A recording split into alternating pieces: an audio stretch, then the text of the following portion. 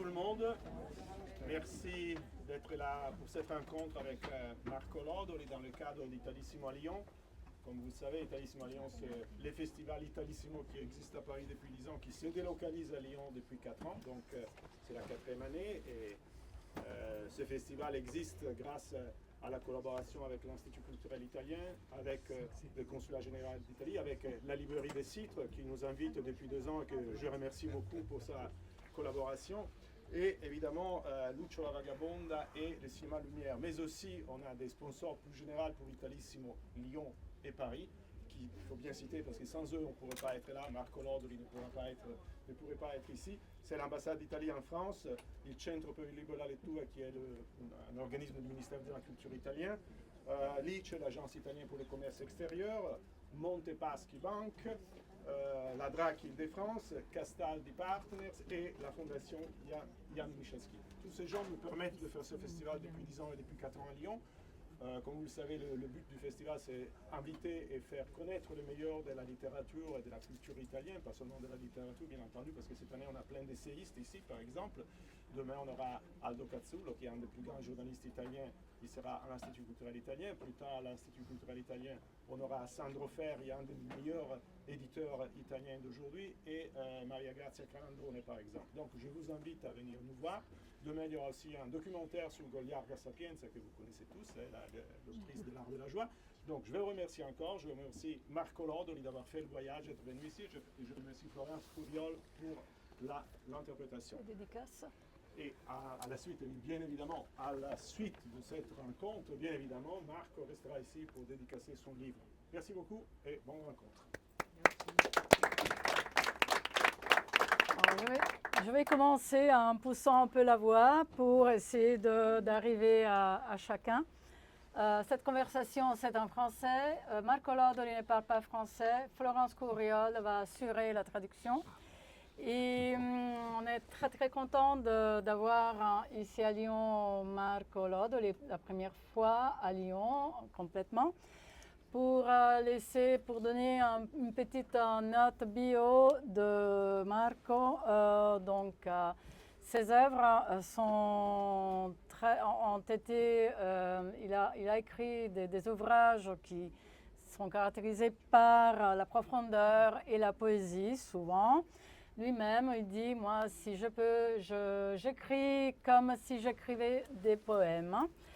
Il a écrit son premier roman en 1986, c'est la chronique d'un siècle qui s'enfuit, la cronaca di un secolo che fugge, qui lui permet de remporter un prix très important en Italie, le prix Viareggio, et qui a marqué aussi sa carrière de littéraire, d'écrivain et prolifique. Il se fait aussi reconnaître par des récits qui s'occupent des thèmes de voyage. Et dans ces récits, il parle aussi de la mort et surtout des relations humaines. Il y a un de ses romans qui est Snackbar Budapest qui, en 1987, a remporté un grand succès et il a même été adapté au cinéma par le réalisateur Tinto Brass. Et donc son écriture a eu un grand impact sur les médias. Ces romans, au-delà des romans, il a aussi publié des recueils de nouvelles, bolle et aussi des boules et non, bulles. Et aussi un récit de voyage, notamment Isole, le guide vagabond de Rome. Tout traduit en français. Ce dernier ouvrage, guide vagabond de Rome, qui offre une vision assez spéciale, unique de la ville éternelle, où il vit depuis sa naissance et où il mêle l'imaginaire littéraire et la réalité du quotidien. Il est également journaliste, il écrit pour La Repubblica, un quotidien, il a une colonne qui s'appelle Isole, justement. Il a enseigné, il est à la retraite depuis 1 an, il a enseigné dans un lycée de la banlieue romaine. Il s'agit vraiment, c'est le même endroit de ce livre. Et donc, je crois que lors de sa carrière en tant que professeur, il a toujours partagé sa passion littéraire avec ses élèves. C'est vrai? Oui. Tout à fait. Le livre Tanto poco, qui a été traduit par Louise Boudonnat au titre Si peu, est sorti en Italie, Tanto poco. Donc le livre italien, il est sorti en février de cette année, en 2024. Et le 5 septembre, donc même pas quelques semaines, il y a quelques semaines, le livre Si peu est sorti par l'édition POL. Louise Boudonnat a aussi traduit Les promesses de Lodoli et Grand Cirque des Glanges. Grande Circo Barnum? No, Grande Circo Invalido. Invalido. Et aussi, on rajoute que les livres de Lodoli, le livre Si peu, a été nommé pour des prix assez importants en français. Le prix Médicis, il est dans la liste du prix Médicis 2024, aussi du prix féminin. Et il a aussi été nominé pour le prix du roman 2024 de FNAC, qui a aussi d'autres noms italiens parmi les finalistes, dont Violardone. Alors, le titre Tanto poco en italien a une différente connotation. Tanto poco, ce sont deux adverbes, et ce sont deux adverbes ossimoriques, donc l'un contraste l'autre. Et le titre de la rencontre d'aujourd'hui est Si peu, tanto poco, un amour obstiné. Et même si en italien, alors la traduction, on aurait pu la rendre aussi tellement peu ou juste un peu. Est-ce que Marco Lodoli a quelque chose à dire sur cette traduction du titre? Vous en avez parlé avec Louise Boudonnat? Oui. No, perché i titoli raccontano già qualcosa di come io vedo la letteratura, ovvero sia la congiunzione tra il minimo e il massimo, tra delle storie apparentemente piccole di persone molto semplici e qualche cosa invece di celeste, di universale, quasi di cosmico, insomma, no? E quindi, per esempio, il mio primo libro, Diario, che è il diario che ognuno di noi scrive, il diario ogni giorno, di un millennio che fugge, il diario e il millennio. Il secondo libro si chiamava Grande Raccordo, che appunto è la strada che gira intorno a Roma, il grande raccordo anulare, ma anche il grande raccordo tra tutte le cose, no? Perché il senso forse dell'arte e della letteratura è proprio quello di connettere gli elementi apparentemente più distanti e addirittura il visibile con l'invisibile. Ecco, questo è il senso poetico di tutto quanto. Quindi tanto poco che cosa vuol dire? Tanto poco potrebbe essere in italiano tradotto anche come pochissimo, però c'è tanto e poco, quindi sono due avverbi che, come si è detto, opposti, che però in italiano stanno bene insieme, ed è proprio l'idea di una storia d'amore, come poi racconteremo, molto semplice apparentemente, tra una bidella della scuola, cioè la signora che fa le pulizie nella scuola, che bada un po' ai ragazzini, e un giovane professore con delle pretese letterarie di diventare uno scrittore. Quindi due creature che poi andranno sempre più marginalizzandosi, ma che in questo amore, che è un amore unidirezionale, cioè la bidella che ama il professore non se ne accorgerà mai, però sfiora qualche cosa di assoluto. Sfiora qualche cosa. Sì. Vous m'entendez? Oui, c'est bon. Alors oui, parce que dans mes titres, en fait, il y a toujours, mes titres disent toujours quelque chose sur la manière dont je vois la littérature. C'est-à-dire, pour moi, entre le minimum et le maximum. Je m'explique, des personnages souvent très simples et quelque chose au contraire de céleste, je dirais même de cosmique, d'universel. Par exemple, mon premier livre que j'avais intitulé Diario di un millennio che fugge, je ne sais pas. Chronique d'un siècle qui s'enfuit. Voilà, parce que les titres ont aussi puisqu'il a été traduit, raconter justement Diario, un petit journal, mais d'un millénaire. Donc, mon deuxième titre, mon deuxième ouvrage, c'était Grande Raccordo, qui a été traduit par... le Grande Raccordo, c'est le Gras à Rome, qui est le grand périphérique en fait, qui tourne autour de Rome. Donc, mais c'était en même temps aussi grande raccordo, grand raccordement, l'idée de raccorder toutes les choses, c'est-à-dire pour moi le sens de la littérature. La littérature qui, pour moi, a le sens de relier le visible avec l'invisible. Dans ce cas-là, pour tanto poco, qui a donc été traduit par si peu, ça aurait pu être en italien pochissimo, qui est un adverbe avec la suffixation voilà, qu'on n'a plus trop en français, du superlatif. Mais j'ai choisi plutôt deux adverbes opposés, mais qui fonctionnent bien en italien, parce que je voulais raconter, donc c'est l'histoire que je raconte, une histoire d'amour très simple, entre une personne très simple, qui est en fait une bidella, c'est-à-dire cette figure un peu particulière entre la concierge qui fait le ménage dans un établissement scolaire, mais qui est un peu aussi à la limite de la surveillante. Je crois que ça a été traduit par concierge en français. Ouais. Et un jeune professeur qui, lui, un jeune professeur de lettres qui arrive dans cet établissement scolaire et qui a des aspirations littéraires. Et donc, en fait, ces deux personnages qui, peu à peu, vont chacun d'entre eux se marginaliser d'un amour unidirectionnel, puisque c'est la concierge qui aime ce personnage, ce professeur, mais lui ne le sait pas du tout. Voilà. Alors, donc c'est une idée d'absolu, littérature comme absolu. Donc c'est l'obstination de l'amour qui déclenche les questions. Donc comme on vient de le dire, hein, le livre raconte une vie assez à l'écart d'une femme. Une femme qui est complètement perdue dans une obsession silencieuse et un amour jamais avoué. Le texte en capsule ici du livre dit « Quand l'amour est comme le mien », c'est quelque chose qui se trouve à la page 47 de ce livre. « Quand l'amour est comme le mien, juste un rêve solitaire infini, une insulte au malheur, un crachat à la face du destin, alors il élève ses flammes jusqu'aux cieux.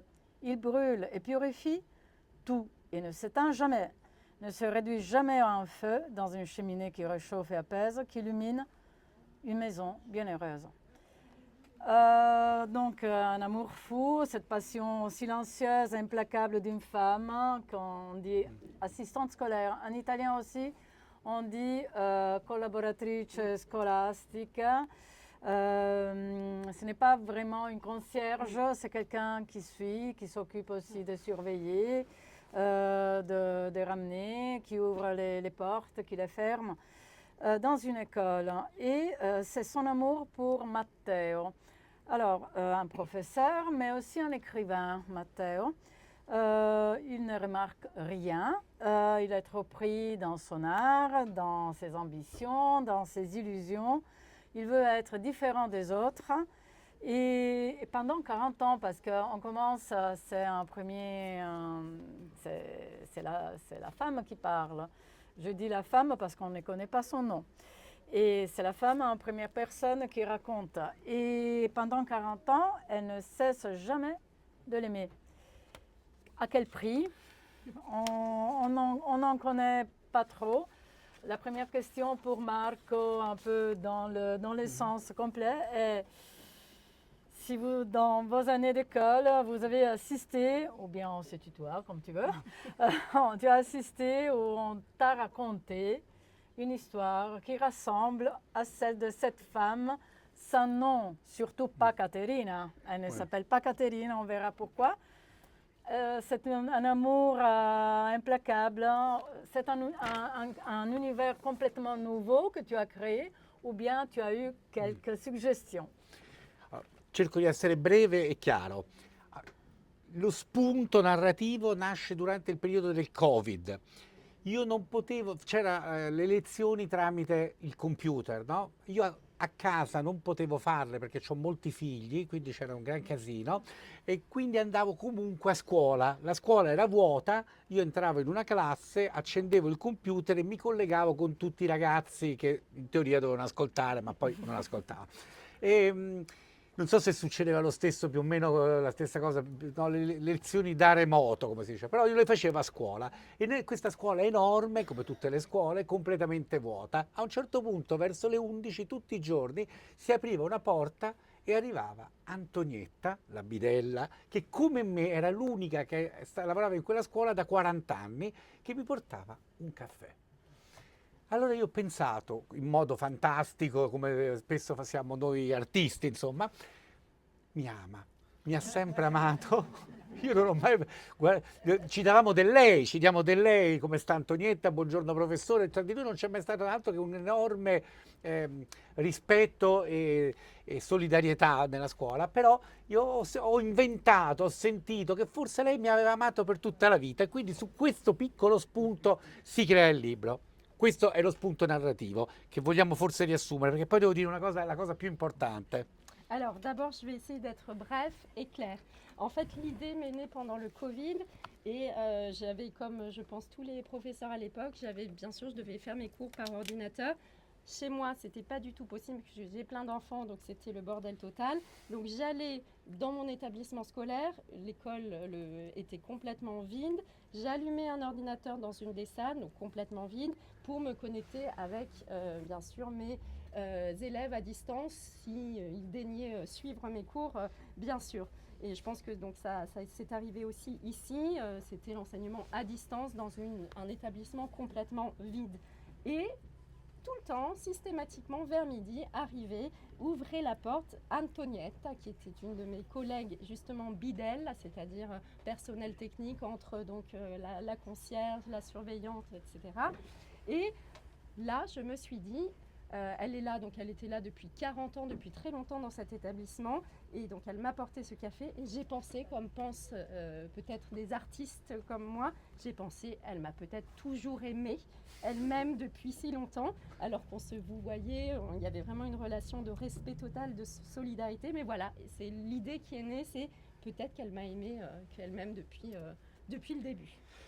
Questa è la storia del libro, ma è molto importante capire una cosa, che l'arte, la letteratura va sempre vista in chiave metaforica e non in chiave strettamente letterale. Allora, in questo libro che cosa c'è? Secondo me è un'autobiografia complessiva in cui la mia personalità si riflette in entrambi i personaggi e anche la vostra personalità, voi che siete qui, vedrete che la ritroverete in entrambi i personaggi, ovvero sia che cosa accade. Da un lato c'è il professore è un uomo caotico, disordinato, ambizioso, in mezzo al disordine della vita, si sposa, ha dei figli, si lascia, ha delle ambizioni letterarie che poi naufragano, insomma sta nel tempo, è la rappresentazione di quello che accade nel tempo di un'esistenza, con tutta l'imperfezione, il disordine e anche diciamo in qualche modo l'insensatezza che c'è nella nostra vita.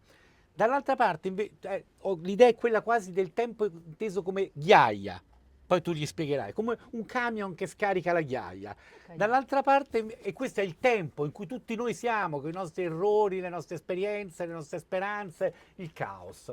Dall'altra parte però in ognuno di noi, se c'è questa ghiaia, c'è anche un diadema, un brillante, un diamante, qualcosa di assoluto. No? L'idea che noi abbiamo che tutto questo abbia un senso, qualcosa di inamovibile, che ci fa amare l'arte, che ci fa amare un'idea, diciamo, di infinito che sta dentro di noi. Quindi questa storia è una storia d'amore, però leggevo una recensione, diceva una storia del patriarcato, lei è la donna passiva, l'uomo, non c'entra assolutamente niente, e invece sono secondo me due componenti, due modalità dell'essere, due categorie dello spirito, diremmo filosoficamente, ovvero sia da una parte la vita intesa come disordine, esperienza, caos e così affanno, e dall'altra parte qualche cosa di assoluto che ognuno di noi comunque conserva dentro di sé e per cui che ci spinge verso l'alto, a non cambiare, a tenere duro su quella posizione, che è l'idea di una purezza.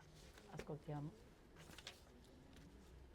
Alors, et la deuxième chose qui est très importante, et c'est l'histoire du livre enfin, c'est vraiment, donc pardon, ce que j'ai raconté juste avant, c'était l'histoire du livre, comment est né le livre et comment est née la thématique. Mais ce qui est très important de comprendre et que n'ont pas compris un certain nombre d'articles, de recensions, de critiques, c'est que pour moi, la littérature doit être comprise avec une clé métaphorique.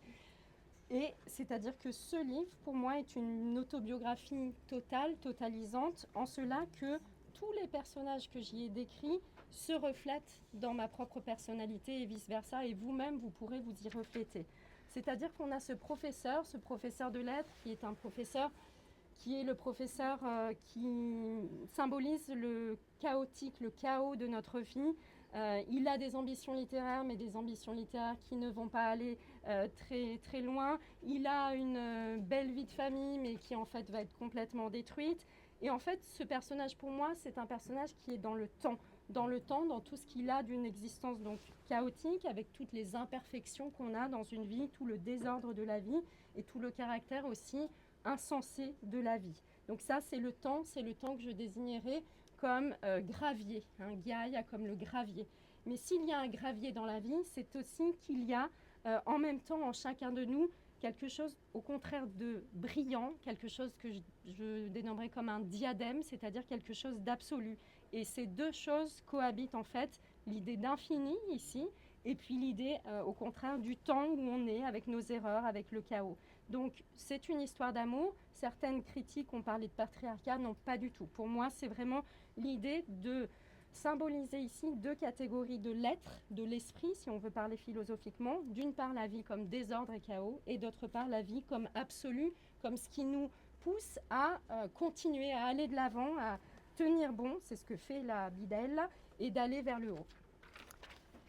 D'accord. Tout de même, le personnage de la bidella, de la femme sans nom, surtout pas Caterina,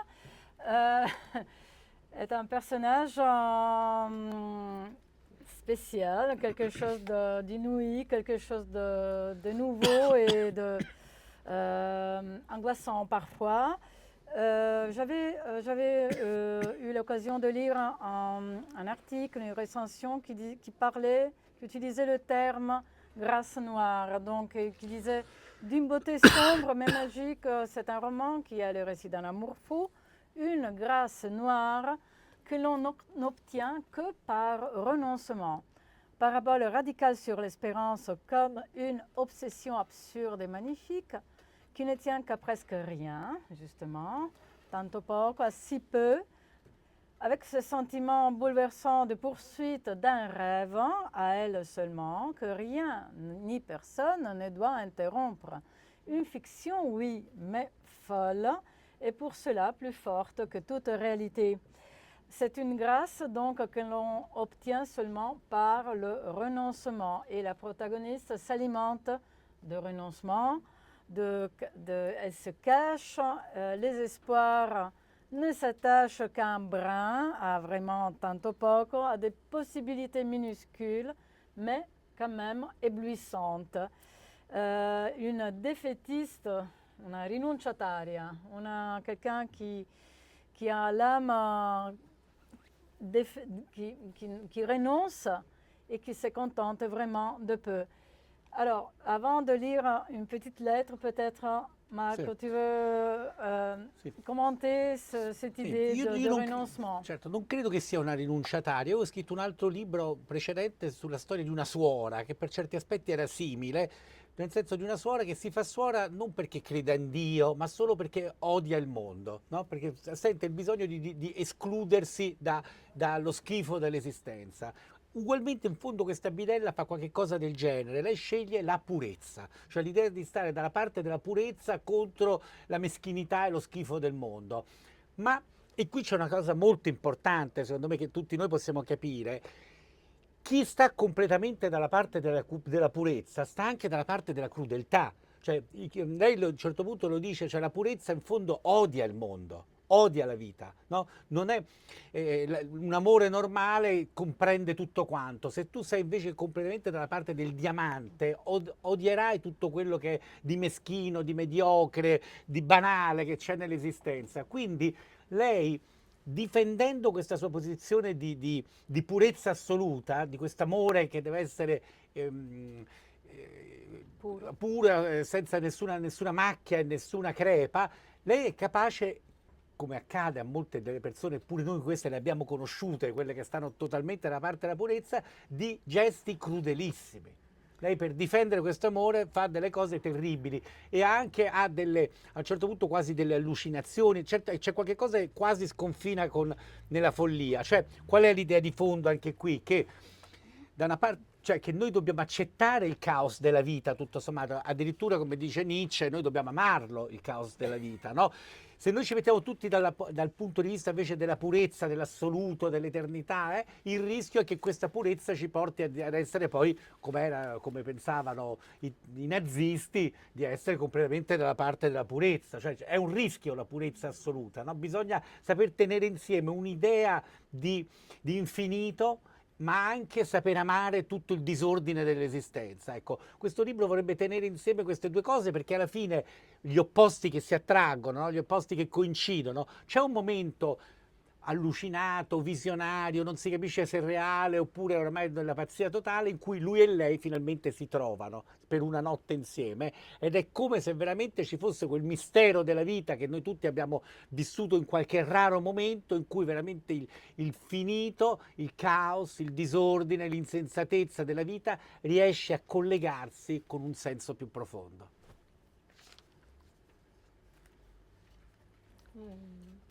Moi, je ne crois pas que ce personnage soit renonce, soit défaitiste. Dans un des romans précédents que j'avais écrit, je racontais, ma protagoniste était une religieuse et elle faisait un peu un choix en partie semblable au choix que fait mon personnage dans Si peu, c'est-à-dire qu'elle prenait les ordres non pas pour un amour absolu de Dieu, mais parce qu'elle détestait le monde, donc pour s'exclure, s'auto-exclure du monde, parce qu'elle avait un total dégoût du monde et de ce qui était pour elle dégoûtant dans le monde. Ma Bidel, la concierge, choisit justement la pureté. Elle choisit la pureté absolue face à un monde qu'elle considère comme mesquin, comme brutal, comme moche, etc. Mais ceux et celles qui sont du côté de cette pureté, qui font le choix de la pureté absolue, eh bien en fait ils sont aussi du côté de la cruauté en un certain sens, parce qu'ils détestent le monde. Ils sont du côté du diamant, du diadème dont je parlais tout à l'heure, c'est-à-dire de cette position où on déteste la banalité, le côté moche, horrible, dégoûtant de la vie. Elle qui défend un amour complètement pur, absolu, qui soit un amour sans aucune tache, sans aucune fissure, elle va accomplir en fait des gestes qui sont extrêmement cruels. Elle accomplit, je ne vous en dirai pas plus, mais des gestes horribles dans cet ouvrage. Elle a même à un moment des hallucinations et on en arrive presque à de la folie. Or, je pense qu'on doit accepter justement le chaos de la vie, comme disait Nietzsche, on doit même peut-être aimer le chaos de la vie, parce que la pureté absolue, c'est un risque. Pensez à la pureté dont parlaient les nazis, c'est un risque absolu aussi que cette pureté. Donc pour moi, oui, il doit y avoir cet amour, certes, de l'infini, mais il faut aussi savoir aimer le désordre de l'existence. Et c'était ça que je voulais raconter, ces contraires qui s'attirent. À la fin, d'ailleurs, il y a un moment, vous le verrez, où ces deux personnages, le professeur de lettres et la concierge, se retrouvent pendant une nuit, comme il y a de rares moments dans nos existences de mystère, et c'est un peu cet endroit où le chaos se relie à l'infini, en fait. Très bien. Alors, pour rester un peu dans cette obsession et le sens, le départ, la recherche de la pureté, je voulais lire quelques lignes d'une lettre. Alors, il y a une lettre qu'elle ne va pas envoyer à Matteo. Ils s'appellent tous par le M. Marco, Matteo, Massimo, ils ont tous les mêmes. Et alors, elle écrit, c'est une lettre qui pour elle est quelque chose qui suffit pour la désaltérer presque, pour la mettre, pour la combler. Elle sait qu'elle ne l'envoie pas, mais ça, c'est suffisant pour elle. Cher M, tu ne sais pas qui je suis, peu importe. Je n'ai jamais vraiment espéré que tu t'intéresses à moi, nous sommes si éloignés. Mais je pense sans cesse à toi, et l'amour absolu que j'ai pour toi rend ma vie plus belle. Il n'est pas nécessaire d'échanger quelque chose, de se connaître, de partager les riens du quotidien. Bien au contraire, tout cela transformerait l'amour en habitude, et je ne veux pas qu'il en soit ainsi. Plus la distance est grande, plus l'amour doit être fort pour remplir tous ces kilomètres vides. Maintenant que tu as 3 enfants, j'imagine que les soucis ont pris le dessus sur tous les autres élans du cœur. Les enfants font naître des pensées inquiètes, ils sont la vie toujours menacés par la mort, et l'imagination engendre des angoisses démesurées. que la raison ne parvient pas à balayer ou à endiguer. Je t'aime depuis le premier jour où je t'ai vu, toi qui ignores quand et où. Tu étais un garçon brouillon et brillant, tu es désormais un adulte, assailli par 1000 pères. Tu dois te battre et c'est là mes peines. Mais moi, je vois toujours les garçons d'autrefois, je sais qu'il est là, en toi, je le distingue clairement. Il voulait le monde, il voulait tout comprendre, tout embrasser, et aujourd'hui, il a appris à se contenter de très peu. Il a appris à renoncer, à se soumettre au rythme lent de l'existence, à occuper le petit espace qui lui a été destiné. Je pense que c'est vraiment, pour rajouter à ce que tu disais tout à l'heure, quelque chose qui peut aider à comprendre. Sì, voglio dire, ecco, bisogna vedere cosa uno intende per la letteratura. Ecco, a me la letteratura come rappresentazione del mondo non interessa. Cioè la letteratura come sociologia, psicologia, antropologia, politica. Ogni mio libro, anche se sono questi libri brevi, devono essere invece non delle rappresentazioni, ma un'esperienza. Un'esperienza che ha a che fare con una sfera, secondo me, quasi religiosa dell'esistenza. Ecco, certe volte mi viene da pensare, io non mi sento uno scrittore, cioè non ho mai letto troppi libri, non mi sento nemmeno particolarmente colto, anche se ho fatto l'insegnante a scuola per tanti anni, però mi sembra che più che scrivere certe volte dico è come se fosse una lunga preghiera, ecco, un tentativo di vedere se c'è nella nostra vita un senso oppure se siamo destinati a passare, riprodurci, ammalarci, morire, ciao.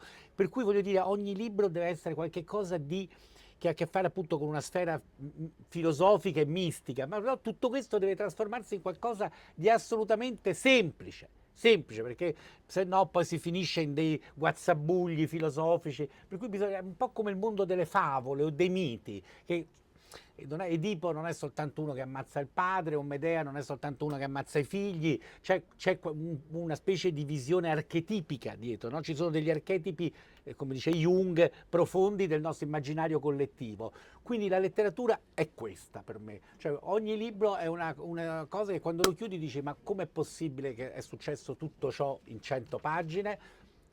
Perché sì, perché ci vuole questo tipo di letteratura e non una letteratura che sia soltanto la fotografia del disagio dell'Occidente. L'Italia è piena di libri sulla mafia, sugli immigrati, sulla droga, sul disagio metropolitano, eccetera, eccetera. Questo io l'ho vissuto per 40 anni insegnando in una borgata, lo conosco e ne ho fatto parte, però quando scrivo la letteratura invece deve essere qualcosa che entra proprio nel mistero dell'esistenza.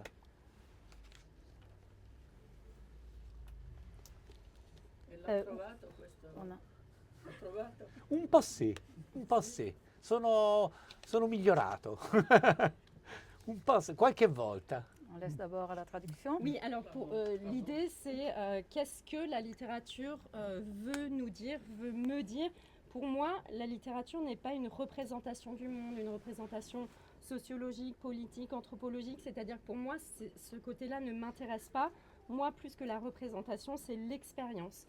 C'est-à-dire, et ça a une dimension presque de la sphère religieuse en fait, de l'existence. Et des fois d'ailleurs, moi je ne me sens pas vraiment comme un écrivain, pas non plus comme quelqu'un de si cultivé. J'ai lu des livres, mais peut-être pas tant que ça. J'ai été enseignant, oui, mais je vois plutôt ce que j'écris comme une longue prière. Une longue prière qui répondrait à la question, y a-t-il un sens dans notre vie? Ou bien on fait juste notre existence, on se marie ou pas, on fait des enfants, on meurt, etc. Il y a quelque chose un peu de mystique, mais qui doit quand même par contre se transformer en quelque chose de simple. Comme je pense ici aux fables, Oedipe n'est pas seulement celui qui a tué sa mère, il y a ce que Jung appelle aussi des archétypes. Et souvent on se dit mais comment est-ce possible qu'en 100 pages, les romans sont souvent assez courts, tout cela soit arrivé? Bien, parce que c'est ça que j'ai voulu effectivement y mettre, et moi je n'ai pas voulu représenter par exemple la mafia, la drogue, on en parle dans tous les livres en Italie, ça je l'ai déjà vécu, j'ai déjà vécu ces désordres et ces problématiques de l'Occident, on va dire, moderne, contemporain. Je l'ai vu aussi pendant 40 ans en ayant enseigné dans une borgata, donc en périphérie de Rome. Ce qui m'intéresse, c'est pas ça, c'est plutôt le mystère de l'existence. Et madame demandait, est-ce que vous y avez trouvé quelque chose? Et une réponse, il disait oui, en partie. En partie. Alors là, c'est pour revenir un peu au particulier, parce Oui. que la vision est devenue un peu universelle. Merci, parce que c'est très important aussi de connaître des aspects en général et avoir des accompagnements, des traces sur quoi, pour la lecture des livres, mais non pas uniquement de Marco Lodoli, mais de la littérature en général. Pour revenir un peu à la personnalité de la femme, je continue un peu le discours du noir parce qu'il y a des moments où le noir est vraiment une couleur dominante et les moments où il y a des épisodes qui frôlent l'atrocité, presque l'horreur, et un avortement raconté comme un acte de routine, le massacre d'un chien, le sexe, elle s'inflige ce sexe, ce sont les actions violentes, tout cela, c'est vraiment quelque chose qui m'a personnellement amené à penser que les mots n'ont pas la même signification que d'habitude. L'amour, ce n'est pas l'amour, quelque chose d'idéal, de beau, de suprême, mais c'est un acte d'un maniaque, presque d'un mythomane. Et le rêve, ce n'est pas quelque chose de joli et de rassurant, mais c'est quelque chose qui entraîne uniquement des malheurs. L'obsession est une autodestruction et les hallucinations que tu disais, ça continue les supplices, presque une sadomasochisme sous-entendu. Et donc c'est une facette, c'est un portrait, je sais, comme tu le disais tout à l'heure, c'est imaginé, c'est inventé, c'est une facette inouïe. Et ça s'applique à une femme dans ce récit, cela pourrait même s'appliquer à un homme, normalement. Parce que le portrait, c'est d'une existence inutile, voire dangereuse. No, No.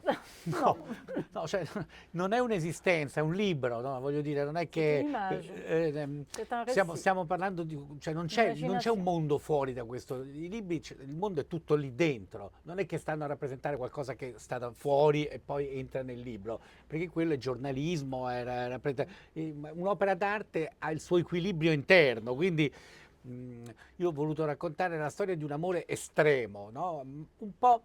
Ecco, una delle ispirazioni mi ricordo che un film che ho visto da ragazzo, che pure voi avete visto, probabilmente, che era Adele H di Truffaut, no? Che era la storia anche lì di una donna ossessionata, poi c'era una novella di Stefan Zweig anche, ma è chiaro che ha qualche cosa di...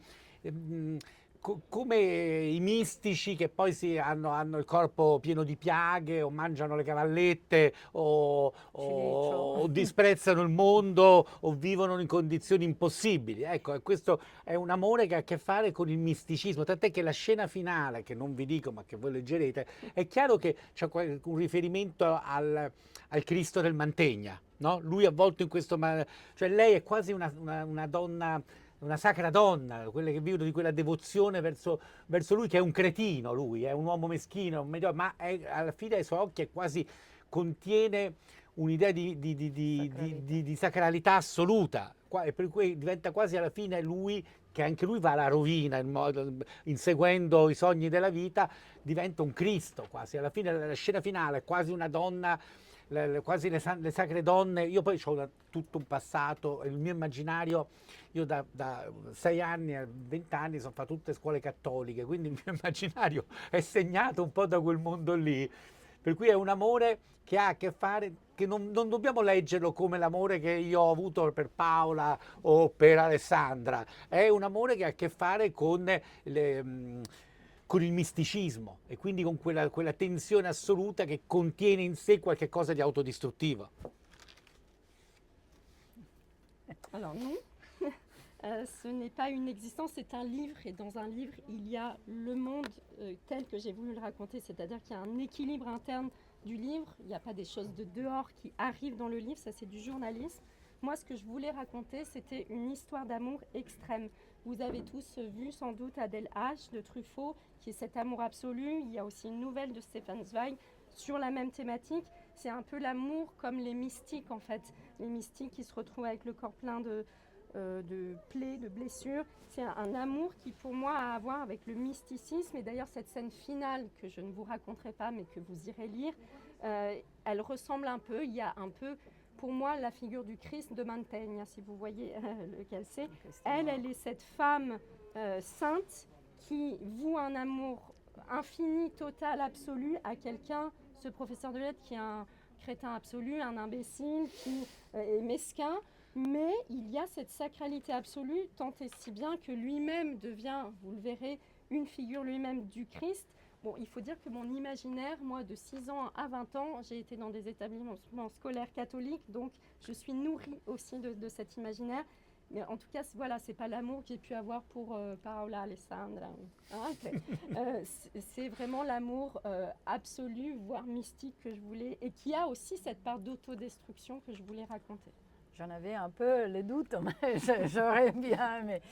Alors, on arrive vers la fin de notre... Avant de laisser l'espace à vos questions, je mets juste un petit mot sur Rome, hein, la ville qui a été racontée dans Isole, Guida Vagabonda, les quartiers, les places, le sud, Torre Maura, ce quartier, un quartier qui quand même arrive à 20 000 habitants, mais c'est la banlieue à 20 minutes au moins en scooter, hein, il disait. Et aussi savoir si Matteo, parfois, mais tu l'as déjà même un peu dit, Matteo s'il marche parfois dans le chaussures de Marco. Sì, beh, Roma è una città che ha queste caratteristiche, no? Uno alza gli occhi è piena di angeli, no? Su tutti i palazzi, su tutte le chiese, ovunque, il cielo sopra Berlino, insomma, no? È un mondo di angeli. Dall'altra parte è un mondo invece molto anche brutale, anche una certa volgarità, no? Io penso sempre a un film come Accattone di Pasolini, non so se l'avete visto. Accattone era uno che sfrutta le donne, uno che non fa niente, però anche la storia di un santo, no? Con le musiche di Bach, lui gli dice a lei beata te che non capisci niente, cioè, e quindi ho anche Fellini, no? Viene sempre stato raccontato come il circo, le donne di Fellini, ma Fellini era uno che leggeva soltanto Krishnamurti, Aurobindo, i Vangeli, cioè aveva tutta una dimensione mistica dentro di sé. Poi siamo artisti, quindi c'è bisogno dei colori, del mondo, dei personaggi, ecco. E in questo Roma è fantastica, perché Roma veramente unisce quello che dicevamo prima, il minimo e il massimo, il grande raccordo, tutto è meraviglioso e poi giri dell'angolo, tutto è disastroso, ma è il posto ovviamente migliore dove vivere al mondo. E Massimo, Matteo e Marco? Sì, ecco, per la prima volta forse io ho sempre avuto dei personaggi come il burattinaio, no? Che muove tutti i burattini, la morte, Colombina, Arlecchino, no? Se uno va al Pincio vede c'è ancora questo burattinaio, però la voce è sempre lui, no? E così ero sempre io dentro tutti i miei libri, nei vari personaggi che ho rappresentato, ma ho raccontato storie di pensionati, di suore, di donne di servizio, insomma ho una capacità di creare dei mondi con cui raccontarmi e spiegarmi e cercare di capire delle cose. Okay. Stavolta il professore mi somiglia proprio un po' di più rispetto agli altri, nel senso che quella scuola è la scuola dove ho insegnato, io la Vespa con cui lui viene a scuola è la mia Vespa, spettinato come me, a scuola un modo di insegnare la letteratura un po' strano come facevo io, e anche forse appunto un'illusione di voler diventare qualche cosa nel mondo della letteratura, ma poi illusioni che si perdono cammin facendo, perché non sono poi così importanti o non sono tanto importanti quanto arrivare a quel centro, quel capire se tutto ha un senso oppure no, che ci può dare anche una collocazione più felice, più serena, più intensa nella vita che viviamo. Oui, alors Rome est une ville qui a ce genre de caractéristiques. Vous levez les yeux au ciel et elle est pleine d'anges. C'est un monde d'anges qui s'offre à vous, aussi bien en haut des églises que des différents édifices. mais c'est aussi une ville qui a son caractère brutal, qui confine des fois à la vulgarité. Je pense à des films, à un film comme Accattone de Pasolini, vous l'avez peut-être vu. Accattone est ce personnage qui bien sûr exploite les femmes, mais c'est aussi un saint. Il y a en plus ces musiques de Bach. Je pense à Fellini aussi, qui a développé un univers du cirque, mais en même temps, Fellini était un grand lecteur des évangiles, donc il y a aussi quelque chose de mystique. On est des artistes et on a besoin en fait de couleurs. Et Rome, pour moi, est vraiment cet endroit, cette ville qui unit ce que je disais tout à l'heure, le minimum avec le maximum, le merveilleux avec le désastreux. Mais c'est quand même le meilleur endroit où vivre. Oui, alors quant au personnage de Matteo, effectivement, c'est peut-être parmi tous les personnages que j'ai créés, peut-être celui qui me ressemble pour une fois le plus. Moi, j'ai toujours été un peu comme un marionnettiste, Harlequin, tout ça, ou d'ailleurs un marionnettiste au Pincho, il a dit. Bon, c'est-à-dire que j'ai cette capacité à raconter des histoires de retraités, de religieuses, etc. Mais cette fois, je crois qu'avec Matteo, c'est peut-être un des personnages, oui, qui me ressemble le plus. Il arrive complètement décoiffé dans son lycée. L'établissement, c'est l'établissement où j'ai enseigné pendant 40 ans. Il arrive en veste, en scooter, c'est aussi la manière dont j'arrivais. Et puis il a aussi cette illusion de vouloir devenir quelqu'un de grand, c'est aussi un peu la mienne.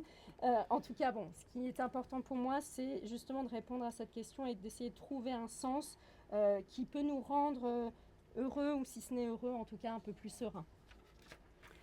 Alors Grazie. peut-être l'espace à une ou deux questions. C'est qui Catherine alors? Il ne fallait pas en parler. Elle n'existe pas, perché questo c'est un problème. Oui. Questo il va- professore voglio dire. vede questa bidella tutte le mattine, ma non sa neanche come si chiama, no? Perché anch'io mi confondevo se era Antonietta o Antonella, per cui non la chiamavo nemmeno. Poi alla fine, una volta la chiama Caterina e lei è felice perché per la prima volta lui l'ha chiamata, invece di chiamarla signora, come va, l'ha chiamata con il suo nome, però non è il suo nome. Oui, alors en fait, le professeur, il voit cette concierge tous les jours, mais il ne connaît même pas son prénom. Et donc elle ne s'appelle pas en effet Caterina. Et moi-même, quand je parlais tout à l'heure de Antoniette, des fois je me confondais, je me disais est-ce que c'est bien Antoniette ou Antonella? Et en fait, elle, quand il l'appelle, la première fois où il l'appelle Caterina, elle est quand même heureuse parce qu'il ne l'a plus appelée madame. Voilà. D'autres questions? Oui. Hilaria, en français? Une chose que vous avez dit qui m'a marqué, c'est l'idée que vous avez dit il y a une idée de possibilité d'identification pour le lecteur, tant dans les personnages du professeur que du personnage de la bidella. Dans l'idée qu'on n'est pas que nos instincts les plus bas, mais il y a aussi une idée, vous avez parlé des diamants, une idée qui puisse un peu nous élever au-dessus de la banalité du quotidien, de l'horreur du monde, etc. Je voulais vous demander si cela n'est pas pour vous quand même une vision très optimiste de ce monde. Vision optimiste du monde. Je dirais plutôt quand on le regarde de l'extérieur, c'est plus facile d'être pessimiste plutôt qu'optimiste. Et que cette banalité, cette horreur du monde, cette violence, cette incapacité aussi à construire des rapports soit plutôt le quotidien.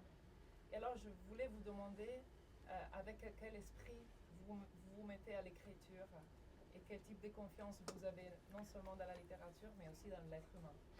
Quelle est la conscience de l'être humain?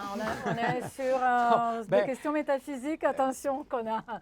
Io ho insegnato appunto 40 anni a scuola degli adolescenti di borgata, no? Che avevano tutti il padre in galera, la sorella puttana, il fratello spacciatore. Però se tu... Io ho sempre cercato di raccontargli, anche così come sono, come mi vedi, insomma, che si può essere adulti, uomini, in un altro modo. Per cui voglio dire, non è un banale ottimismo, insomma, ma è come dire un'energia, che c'è dell'energia positiva nel mondo e che spesso questa energia positiva sta proprio nella poesia, nella musica, nel cinema, in delle cose che loro magari disprezzavano e che invece contengono una grande spinta, una grande ricchezza, ecco. È chiaro che di partenza chiunque si mette a fare l'artista c'è una componente tragica, diciamo, no? Cioè c'è l'idea, il pensiero della morte, che tutto passa e nulla ha senso, insomma. Però poi scrivere è proprio in fondo contrastare questa idea, che naturalmente deve esserci perché sennò sei un sonnambulo, no? Non hai capito niente. Però poi tutta l'opera, anche se i miei libri non sono particolarmente allegri, però è il tentativo di cogliere un'intensità nella vita. Poi magari nei libri rimane questa sospensione, però si trasmette nell'esistenza di tutti i giorni, nella quale io sono sicuramente una persona non pessimista, ecco. Sono sempre molto... Sì, anzi, invecchiando, devo dire che questa cosa, mi piace quasi tutto. Mi piace quasi tutto. Trovare... hai visto quel film? Sì, ti è piaciuto? Sì.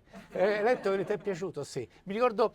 Appunto, io sono stato abbastanza amico di Fellini negli ultimi anni e mi ricordo questa cosa bellissima, che il giorno dopo lui doveva andare a Cinecittà a fare dei provini per una pubblicità, mi sembra, qualcosa del genere, gli ultimi anni, quando non faceva quasi più niente. E il giorno dopo seguente gli ho chiesto: Federico, allora sei andato, hai trovato, c'erano delle facce interessanti, delle persone interessanti? E lui mi ha guardato, mi ricordo ancora questa cosa, mi ha folgorato e mi ha detto: sì, tutti.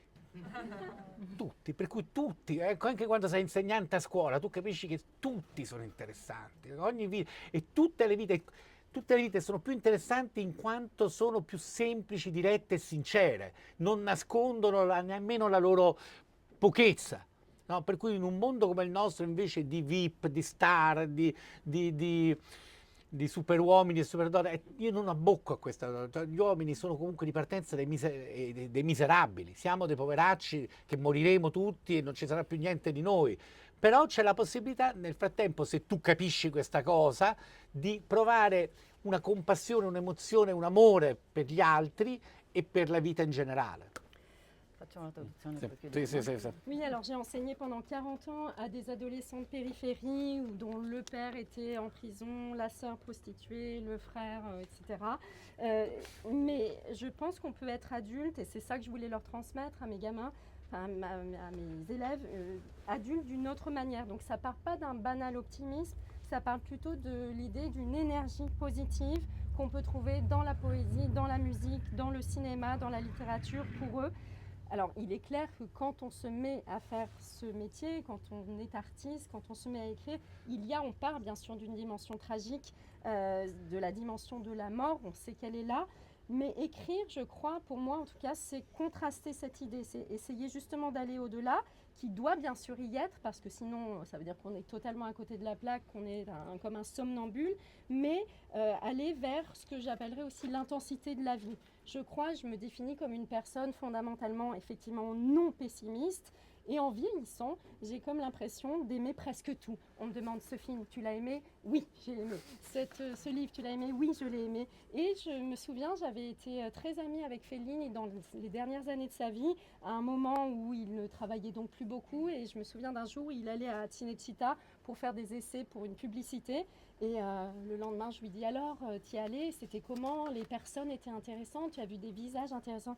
Et sa réponse m'a complètement bluffée. Il m'a dit: oui, tout le monde était intéressant. Et donc c'est ça, toutes les vies sont intéressantes, mais toutes les vies sont intéressantes parce qu'elles sont sincères, parce qu'elles sont directes et parce qu'elles ne cachent pas leur côté misérable, puisque les êtres humains sont par essence au départ des pauvres gars, en fait, des miséreux, misérables. Et voilà, c'est l'idée de trouver une compassion, un amour pour ce genre d'existence. Et sur cet acte d'optimisme, on remercie énormément Grazie. Marco. On laisse la possibilité si vous avez des questions ou des dédicaces, à lui soumettre, parce qu'à 17h30, on enchaîne avec la présentation de l'éditeur présomptueux qui est là derrière quelque part, que j'ai entrevu, et à l'Institut. Et donc à tout à l'heure. Grazie di tutto.